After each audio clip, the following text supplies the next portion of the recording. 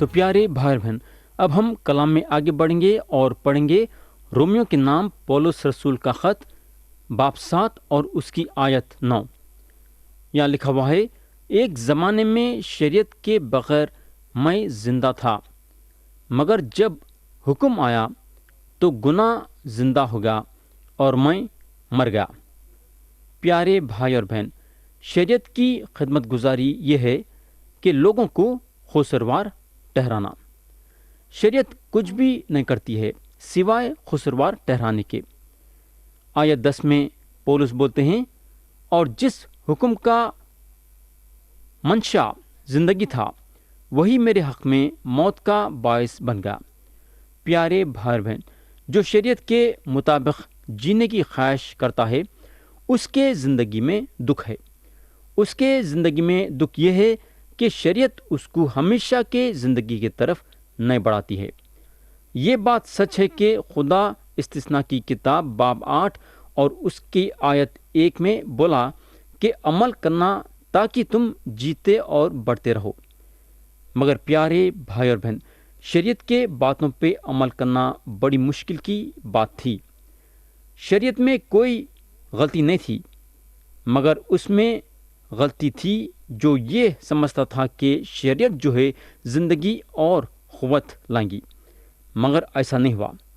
شریعت کمزوریوں کو ظاہر کری، ناقابلیت کو ظاہر کری اور انسان کے گناہ کو ظاہر کری۔ اگر ایک شریعت ایسی ہوتی جو زندگی دے سکتی تھی تو خدا ضرور دیتا تھا، مگر ہم کو معلوم ہونا چاہیے کہ شریعت کے ذریعے سے نہ زندگی مل سکتی، نہ مسیحی زندگی گزار سکتے ہیں۔ یا میں آپ کے سامنے ایک مثال رکھنا چاہوں گا۔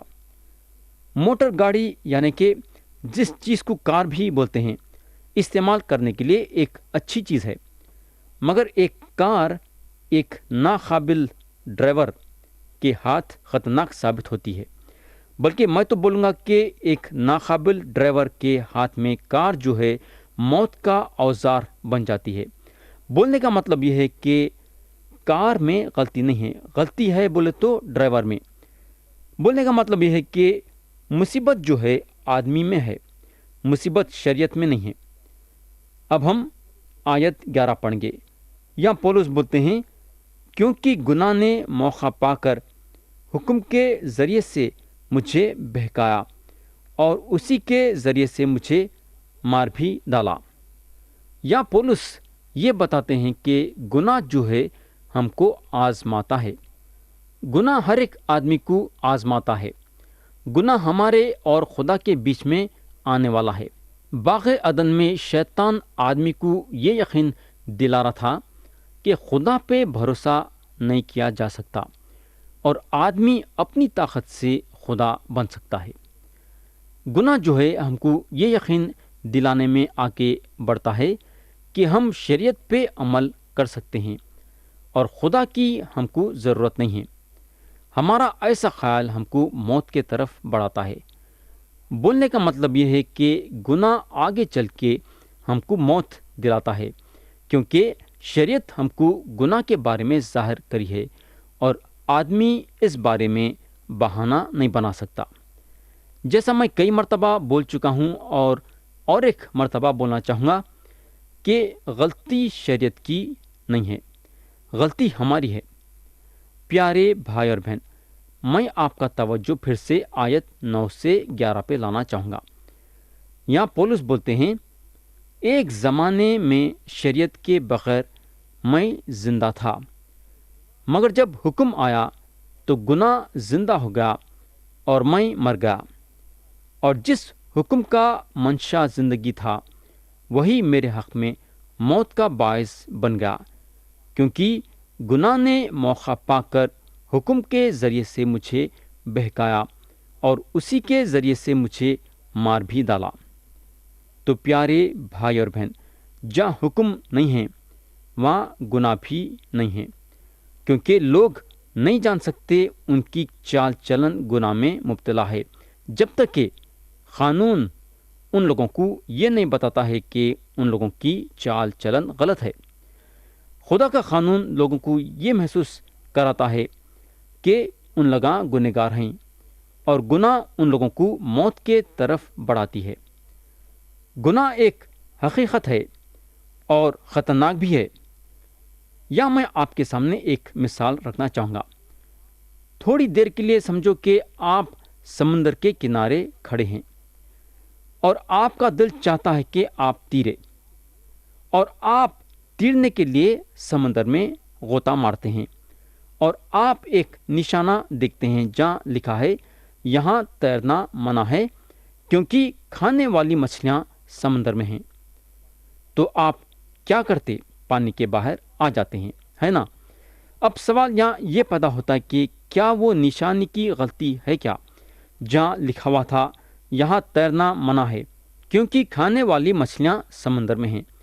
یہ نشانی کی کوئی غلطی نہیں ہے۔ تو بولنے کا مطلب یہ ہے کہ خدا کا قانون انسان کے لیے ایک نشانی ہے، اور خدا کا قانون ہونا ضروری ہے، اور اس کے لیے ہم خدا کی شکر گزاری کرنا۔ مگر قانون جو ہے پانی میں سے کھانے والی مچھلیوں کو نہیں نکال سکتا۔ آیت 12 میں پولس بولتے ہیں، پس شریعت پاک ہے اور حکم بھی پاک اور راست اور اچھا ہے۔ پیارے بھائی اور بہن، گناہ جو ہے آدمی کو مجبور کرتا ہے شریعت کا غلط طریقے سے استعمال کرنے کے لیے۔ شریعت پاک تھی۔ شریعت خدا کے طبیعت کو اور خدا کے مرضی کو ظاہر کرتی ہے، یعنی کہ خدا لوگوں سے کیا چاہتا ہے وہ شریعت ظاہر کرتی ہے۔ اگر ہم باغ عدن پہ غور کریں گے، باغ عدن میں سانپ ہوا کو دھوکہ دیا۔ کیسا دھوکہ دیا؟ سانپ کیا کرا بولے تو ہوا کو جو آزادی دی گئی تھی وہاں سے ہوا کے آنکھوں کو ہٹا کے ہوا کے آنکھوں کو وہ چیز پہ لے کے آیا جو چیز پہ خدا ان کو روک لگایا تھا۔ باغ عدن سے لے کے آج تک آدمی نافرمان بن گیا ہے، خدا کے راہوں پہ چلنا نہیں چاہتا ہے، قدم قدم پہ آدمی خدا کے خلاف جاتا ہے۔ اگر ہم دیکھیں گے تو گناہ دیکھنے میں ہم کو بہت ہی خوبصورت لگتا ہے۔ کیوں خوبصورت لگتا ہے؟ کیونکہ گناہ کرنے میں آدمی کو خوشی پیدا ہوتی ہے۔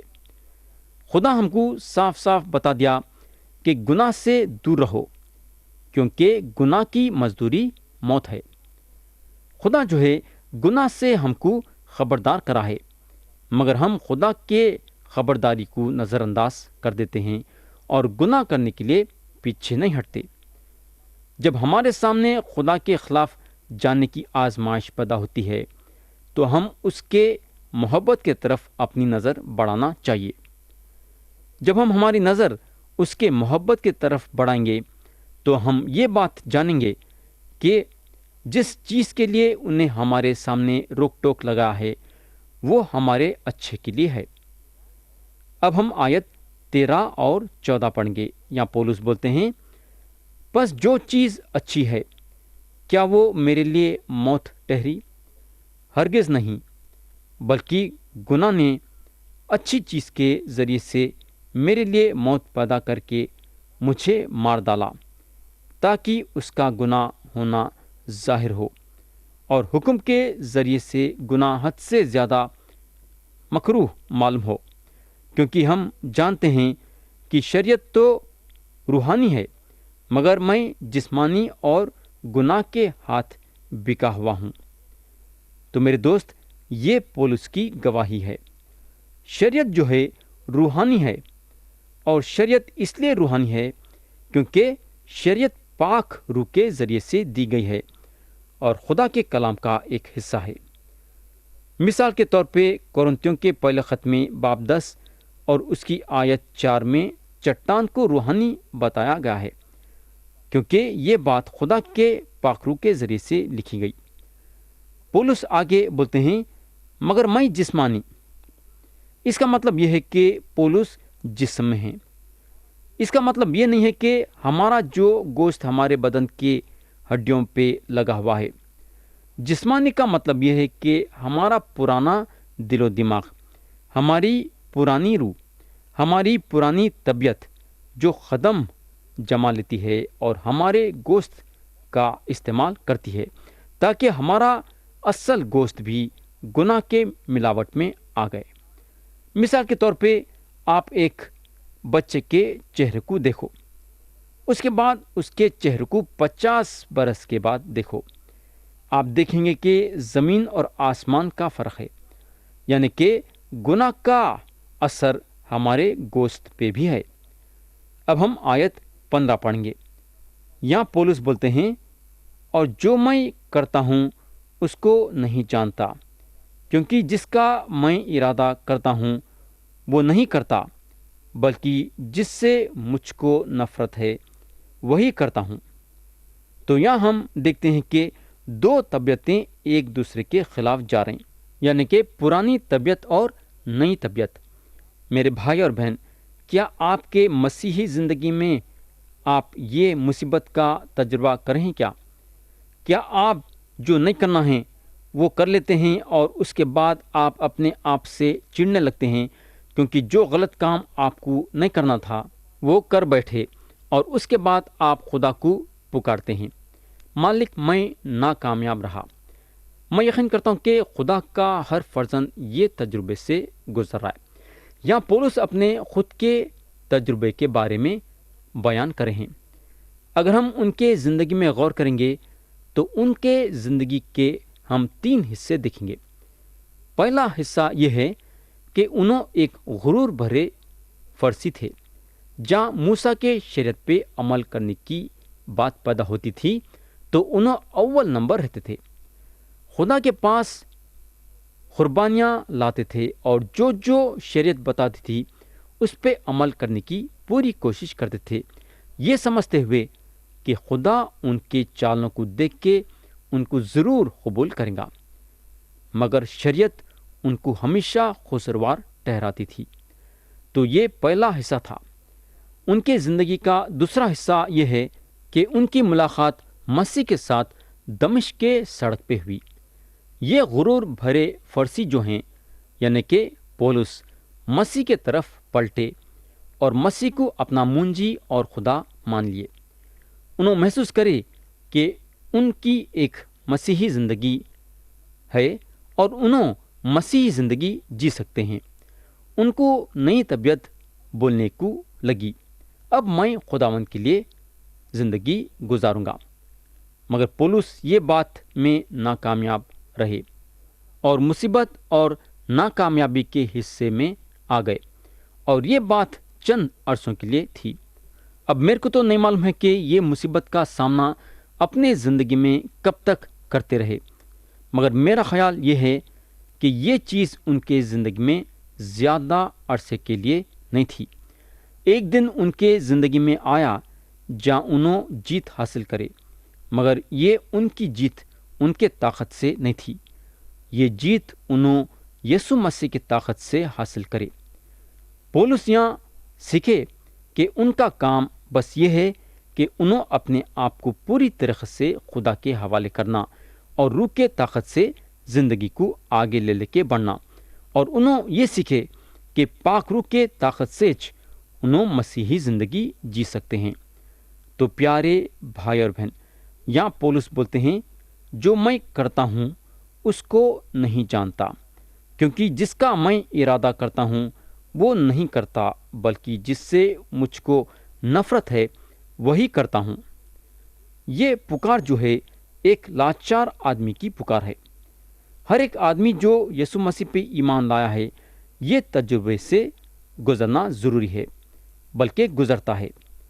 ہم یہ بات ضرور یاد رکھنا کہ ہم گناہ کے طاقت کو آسانی کے ساتھ نہیں لے سکتے ہیں۔ ہم کبھی بھی گناہ کے ساتھ اپنی طاقت سے لڑنے کی کوشش نہیں کرنا۔ اپنی طاقت سے لڑنے کے بجائے یسوع مسیح کی طاقت سے لڑنا چاہیے، جو ہمیشہ استعمال کرنے کے لیے ہمارے ساتھ ہے۔ خدا ہمارے دل میں اس کی پاک روح اس لیے بھیجا کہ جب گناہ سے لڑنے کی بات پیدا ہوتی ہے تو ہم روح کو اجازت دیے لڑنے کے لیے۔ میرے دوست، ہماری طاقت کام آنے والی نہیں ہے۔ اب ہم آیت 16 سے 18 پڑھیں گے۔ یہاں پولس بولتے ہیں، اور اگر میں اس پر عمل کرتا ہوں جس کا ارادہ نہیں کرتا تو میں مانتا ہوں کہ شریعت خوب ہے، بس اس صورت میں اس کا کرنے والا میں نہ رہا، بلکہ گناہ ہے جو مجھ میں بسا ہوا ہے، کیونکہ میں جانتا ہوں کہ مجھ میں یعنی میرے جسم میں کوئی نیکی بسی ہوئی نہیں۔ البتہ ارادہ تو مجھ میں موجود ہے، مگر نیک کام مجھ سے بن نہیں پڑتے۔ پیارے بھائی بہن، یہ مصیبت کے دوران پولس دو باتیں سیکھے، اور یہ ایسی باتیں ہیں کہ ہم جیسے کئی لوگوں کو جو یسوع مسیح پہ ایمان رکھتے ہیں سیکھنے کی ضرورت ہے۔ یہاں پولس بولتے ہیں مجھ میں یعنی میرے جسم میں کوئی نیکی بسی ہوئی نہیں۔ میرے بھائی، کیا آپ یہ بات سیکھے کیا آپ کو اس بات کا پتہ ہے کیا کہ آپ میں کوئی نیکی بسی ہوئی نہیں ہے؟ ہم میں سے کتنے مسیح بھائی اور بہن یہ محسوس کرتے ہیں کہ ہم جو جسم میں ہیں کچھ نہ تو کچھ کر سکتے جس کے ذریعے سے خدا کو خوش کر سکتے ہیں یا جس کے ذریعے سے خدا خوش ہوں گا، مگر میرے بھائی یہ لوگ یہ بات نہیں سیکھے ہیں جو بات پولس سیکھے۔ انہوں بولتے ہیں میں جانتا ہوں کہ مجھ میں یعنی میرے جسم میں کوئی نیکی بسی ہوئی نہیں۔ یہ ہوگا۔ اب دوسری بات جو پولس یہاں سیکھے وہ یہ ہے کہ انہوں بولتے ہیں البتہ ارادہ تو مجھ میں موجود ہے، مگر نیک کام مجھ سے بن نہیں پڑتے۔ تو پولس یہاں یہ سیکھے کہ ان کے پرانے طبیعت میں کوئی نیکی نہیں ہے اور ان کے نئے طبیعت میں ان کو طاقت نہیں ہے۔ نئی طبیعت چاہتی ہے کہ خدا کی خدمت گزاری کرے، مگر آدمی خدا کا دشمن ہے۔ آدمی خدا کے خلاف جانا چاہتا ہے، اور اگر نئی طبیعت پہ غور کریں گے تو نئے طبیعت میں کوئی طاقت نہیں ہے۔ آیت 19 پڑھیں گے، پولس بولتے ہیں چنانچہ جس نیکی کا ارادہ کرتا ہوں وہ تو نہیں کرتا، مگر جس بدی کا ارادہ نہیں کرتا اسے کر لیتا ہوں۔ میرے دوست، کیا آپ اپنی زندگی میں اس بات کا تجربہ کریں ہیں کیا؟ آیت 20 میں پولس بولتے ہیں پس اگر میں وہ کرتا ہوں جس کا ارادہ نہیں کرتا تو اس کا کرنے والا میں نہ رہا، بلکہ گناہ ہے جو مجھ میں بسا ہوا ہے۔ تو جو بھی ہے ہماری پرانی طبیعت ہے جو ہم کو تکلیف پہنچا رہی ہے اور جس سے ہم کو پریشانی ہے۔ آیت 21 میں پولس بولتے ہیں غرض میں ایسی شریعت پاتا ہوں کہ جب نیکی کا ارادہ کرتا ہوں تو بدی میرے پاس آ موجود ہوتی ہے۔ پیارے بھائی اور بہن، جب آپ روح میں خدا کی خدمت گزاری کرنے کی کوشش میں ہیں تو کیا آپ یہ بات جانے ہیں کیا کہ آپ کی پرانی طبیعت آپ کے یہاں تیار ہے بدی کی بات پیدا کرنے کے لیے؟ آپ کے دل و دماغ میں اس وقت بدی کی بات بھی پیدا ہو جائیں گی۔